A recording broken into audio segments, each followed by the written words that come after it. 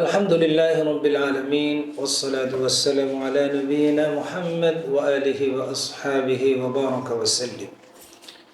দূরে এবং কাছে যে যেখান থেকে দেখছেন সকলকে আন্তরিক সালাম জানাচ্ছি। আসসালামু আলাইকুম ওয়া রাহমাতুল্লাহি ওয়া বারাকাতুহু। প্রিয় দর্শক শ্রোতা, আমি একটি বিষয় নিয়ে ছোট্ট করে আপনাদের সামনে আলোচনা পেশ করতে চাই। বিষয়টি হচ্ছে আল্লাহর পথের দায়ী, যারা আল্লাহর পথে আহ্বানকারী। আল্লাহর পথে যারা আহ্বানকারী হবেন, আল্লাহর পথে যারা মানুষকে আহ্বান করবেন, দাওয়াত দিবেন, তাদের মর্যাদা কি?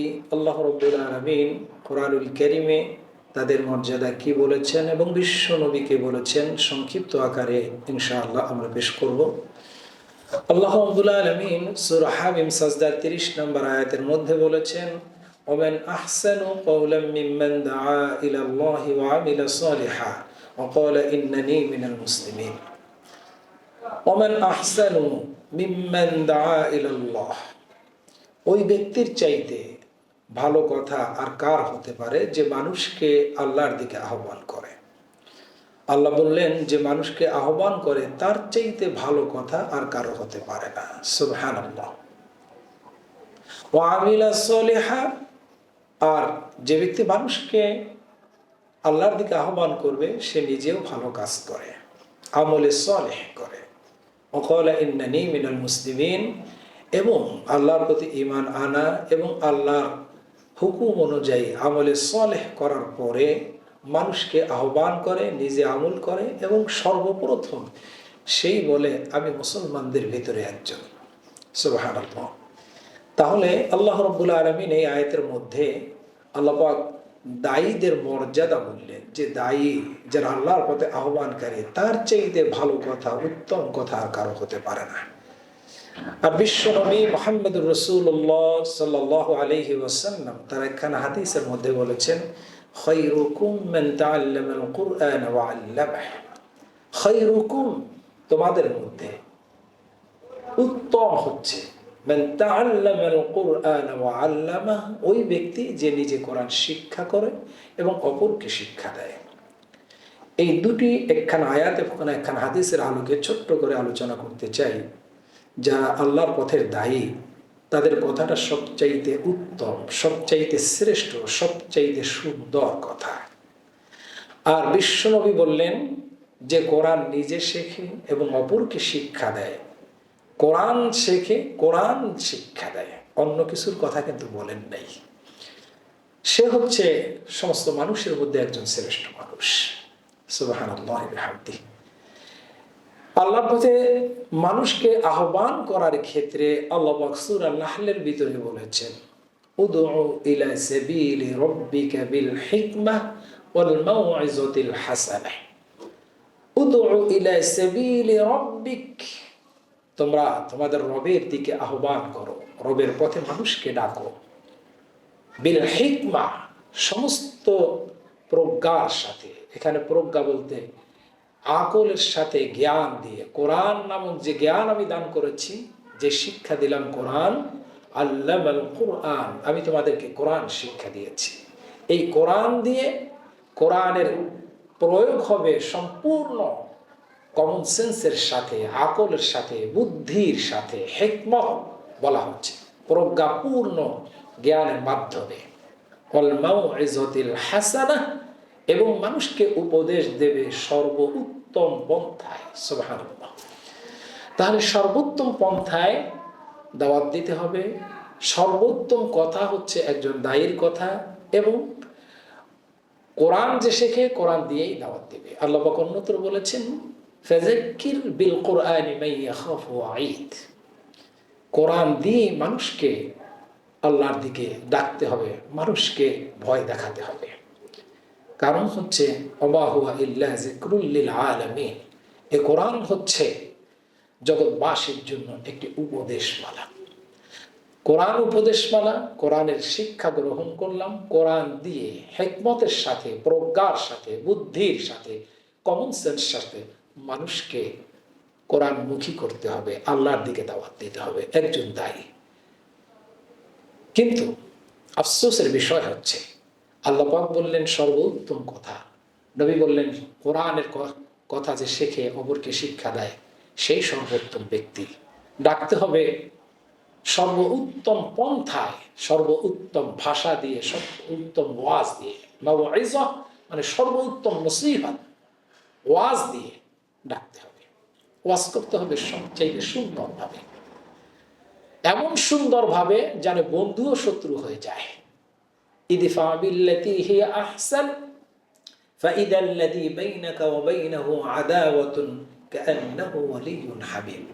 যে ব্যক্তি আল্লাহর দুশমন, ইমানদারদের দুশমন, নবী রাসূলদের দুশমন, আলেমদের দুশমন, সর্বোপরি ইসলামের দুশমন, এই দুশমনরা কোরআনকে এত সুন্দরভাবে, কোরআন যেই কায়দায় আল্লাহ পাক মানুষকে বুঝিয়েছেন, শিক্ষা দিয়েছেন, কোরআন হচ্ছে সম্পূর্ণ প্রজ্ঞাপূর্ণ একটি কিতাব, বিজ্ঞানময় কিতাব, মহাজ্ঞানময় একটি কিতাব, ইয়াসিন ওয়াল কুরআনিল হাকিম। এই কোরআনের দিকে সর্বোত্তম পন্থায় যখন দাওয়াত দেওয়া হবে, একেবারে শত্রুও তার বন্ধুতে পরিণত হয়ে যাবে। যখন উত্তম পন্থায় আমি মানুষের সাথে বাকবিতণ্ডা করব, মানুষের সাথে তর্ক বিতর্ক করব, মানুষের সাথে ডিবেট করব।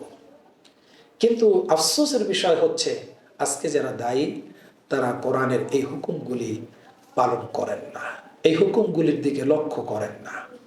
যেখানে আল্লাহ রাব্বুল আলামিন বললেন মানুষের এমন কোনো কর্ম নাই যার সাথে সাথে লিপিবদ্ধ না হয়ে যায়, কিরামান কাতিবিন ইয়ালামুনা মা তাফআলুন। মানুষ যা করে সম্মানিত লেখকদ্বয় সাথে সাথে তা লিপিবদ্ধ করে দেয়। যেখানে আল্লাহ রাব্বুল আলামিন বললেন মা ইয়ালফিজু মিন কাউলিন ইল্লা লাদাইহি রাকীবুন আতীদ, মানুষ মুখের থেকে এমন একটা কথাও বলে না যার সাথে সাথে লিপিবদ্ধ না হয়ে যায়, রক্ষিত না হয়ে যায়। তাহলে মানুষের সকল কথা, সকল কাজ যখন হেফাজত করা হয়, সেখানে একজন আলিম তো পরিপূর্ণ একজন মুত্তাকি, একজন মুখলেস মানুষ হবে। আলিমের ক্যাটাগরি তো যে মুখলেস না, যে আলিম মুত্তাকি না, তাকে তো আলিম বলা যায় না।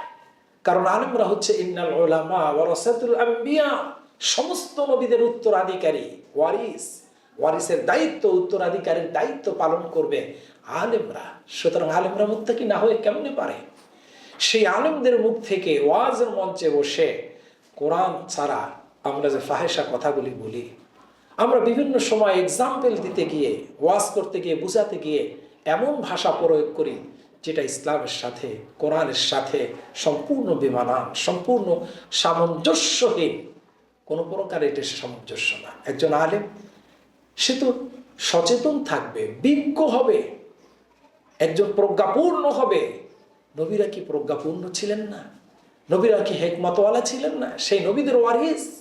কোরআন বিজ্ঞানময় হেকমতপূর্ণ একটি কিতাব আপনি পড়ছেন, তাফসীর করছেন, কিন্তু আপনি সেখানে এমন এমন কথা আমাদের ভাইদের কাছ থেকে বের হয়ে যায়।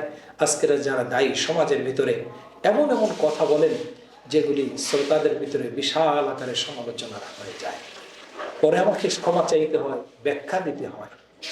কিন্তু এই ব্যাখ্যাটা মানুষের কাছে চাইলাম, কিন্তু আল্লাহ পাক যদি ধরে বসেন, আল্লাহ যদি ধরে বসেন, কারণ ওটা তো লিপিবদ্ধ হয়ে গিয়েছে, রক্ষিত হয়ে গিয়েছে। একটা মানুষ মুত্তাকি যারা, পরিপূর্ণ মোমেন যারা সফল হয়ে যাবে, যে মোমেনরা সফল হয়েছে, যে মোমেনরা, তাদের ক্যাটাগরিতে আল্লাহ পাক বললেন ওয়াল্লাযীনা হুম আনিল লাগবি মুরিদুন, তারা তো অনর্থক কথা, অনর্থক কাজ করবে না, এমন একটা কথাও বলবে না যারা বাজে কথা হয়ে যায়। আল্লাহ রাসূল বললেন ফালিয়াকুল খায়রা আও লিয়াসমুত, পারলে ভালো কথা বলো, না পারলে চুপ থাকো। এটা যদি সকলের জন্য বিশ্ব নবীর কথা হয়ে থাকে, তাহলে আলেমদের জন্য কি এটা খাস নয়? সেই আলেমরা এই কোরআন এবং হাদিসের, অসংখ্য কোরআন এবং হাদিস, আমার আলোচনা তো বড় হয়ে যাবে, আমি সংক্ষেপ করছি। তাহলে আমরা যদি এই দিকে লক্ষ্য করি, কোরআন এবং হাদিসের আলোকে আমার কথা হবে, একজন দায়ীর কথা হবে শ্রেষ্ঠ কথা। আল্লাহ বলছেন যে আল্লাহর দিকে ডাকে তার কথাই তো শ্রেষ্ঠ। তাই শ্রেষ্ঠ কথা, আহসান, সবচাইতে সুন্দর, উত্তম, শ্রেষ্ঠ কথা হবে একজন আলেমের কথা, একজন দায়ীর কথা। কিন্তু আমরা মুখ থেকে আজেবাজে কথা কেন বলি? যেই কথাগুলি নাজায়েজ কথা কেন বলি? ফাহিশা কথা কেন বলি? পরনিন্দার কথা কেন বলি? হিংসার কথা কেন বলি? বানায়া কথা কেন বলি?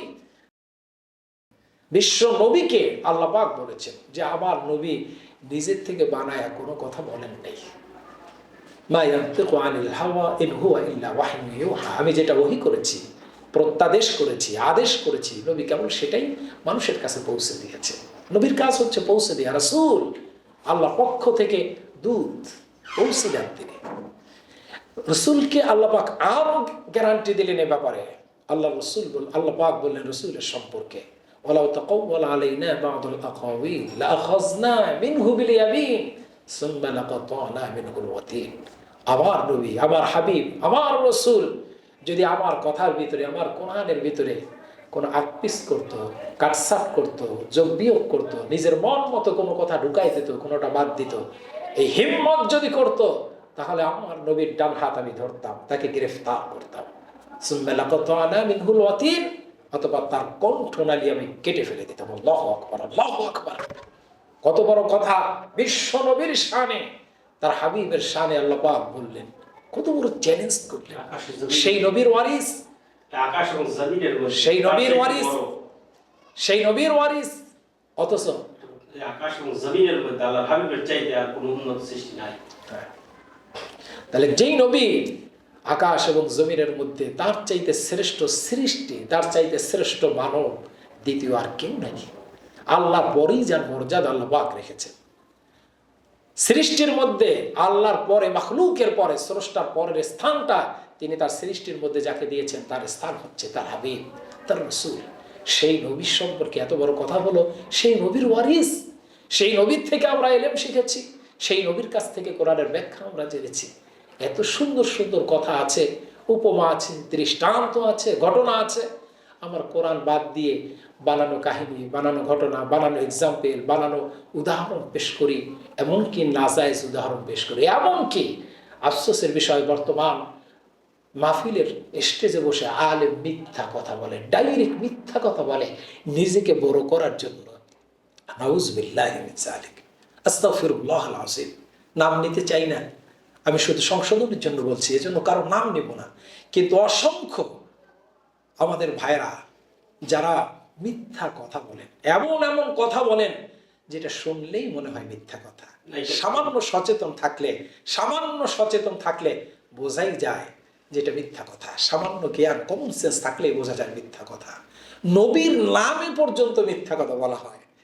একজনকে দেখলাম যে তিনি বললেন, নবী করিম সাল্লাল্লাহু আলাইহি ওয়াসাল্লাম স্বপ্নে তার ডান পাশে বসে আছেন একজন আলেম, শাইখুল হাদিস। সেই শাইখুল হাদিসের সন্তানকে তিনি শাইখুল ইসলাম, আল্লামা শফির নাম নিয়ে বিশ্ব নবী বলতেছেন, আমি আল্লামা শফির পরে শাইখুল ইসলাম হিসাবে তার নাম আজকে ঘোষণা করলাম। এইভাবে সে চেয়ারে বসা, প্রধান মেহমান তার পাশে একজন উপস্থাপক, সে একজন আলেম, একটা স্টেজে হাজার হাজার মানুষের সামনে এরকম কথা বলা হলো। এই ঘটনা শুনলেই তো বোঝা যায় কত বড় ঢা মিথ্যা। বিশ্বনবী বললেন, আমার নামে যদি কেউ মিথ্যা কথা বলে, মাকআদাহু মিনান নার, সে যেন তার জাহান্নামে তার স্থান করে নেয়। একজন আলেম হয়ে রাসূলের এই হাদিস ফলো করলাম না আমি। আফসোসের বিষয়। আবার আমার বক্তব্য অনেক দীর্ঘ হয়ে যাবে। আমি আপনাদেরকে যেটা বুঝাতে চাই তা হচ্ছে, একজন আলেম, একজন দায়ী, তার গুণাগুণ থাকবে যে তিনি সর্বোত্তম ভাষায়, আল্লাহর শিখানো ভাষা দিয়ে, রসুলরা যেই ভাষা দিয়ে যেইভাবে দাওয়াত দিয়েছেন, তাদের ওয়ারিস হিসাবে, তাদের উত্তরাধিকারী হিসাবে কোরআন এবং সুন্নাহকে সেই সুন্দর ভাষায় প্রয়োগ করবেন। কোরআনের চাইতে সুন্দর ভাষা, আমরাই তো বলি, কোরআনের চাইতে সুন্দর ভাষা আর কার হতে পারে? ওমান আসদাকু মিনাল্লাহি কিলা, আল্লাহর চাইতে সত্য কথা, সুন্দর কথা আর কার হতে পারে? সুতরাং আল্লাহর কথা দিয়ে, রসুলের কথা দিয়ে আমরা মানুষকে আহ্বান করব, দাওয়াত দেব, আমরা এক্সাম্পল দেব, দৃষ্টান্ত দেব কোরআনের আলোকে। কোনো বানানো কথা নয়, কোনো কিস্সা কাহিনী নয়। কোরআন দিয়ে কথা বললে 2 ঘন্টার মধ্যে একটা সাবজেক্ট ক্লিয়ার করা যায় না। কেন আমি বাজে কথা বলি? তার মানে কি আমার যোগ্যতার, এখানে তো নিজের ব্যক্তিত্বের ব্যাপার, নিজের যোগ্যতা মানুষের কাছে ফলপ হয়ে যায়, ধরা খেয়ে যায়, দৌরাত্ম্য ধরা খেয়ে যায়। এটা তো নিজেকেই অপমান নিজে করলাম। আমরা কতটা ব্যাকুল। আল্লাহ পাক যেন আমাদেরকে সত্যিকারের আলেম হয়ে, জ্ঞানবান আলেম হয়ে, প্রজ্ঞাবান আলেম হয়ে সর্বোত্তম পন্থায় কোরআন সুন্নাহর আলোকে আল্লাহর দিকে আহ্বান করতে পারি। যারা দায়ী, আল্লাহ পাক সকলকে সে তৌফিক দান করুন। হাযা মা ইনদি ওয়াল ইলমু ইনদাল্লাহ আলাইহি তাওয়াক্কালতু ওয়া ইলাইহি উনীব। আসসালামু আলাইকুম ওয়া রাহমাতুল্লাহি ওয়া বারাকাতুহু।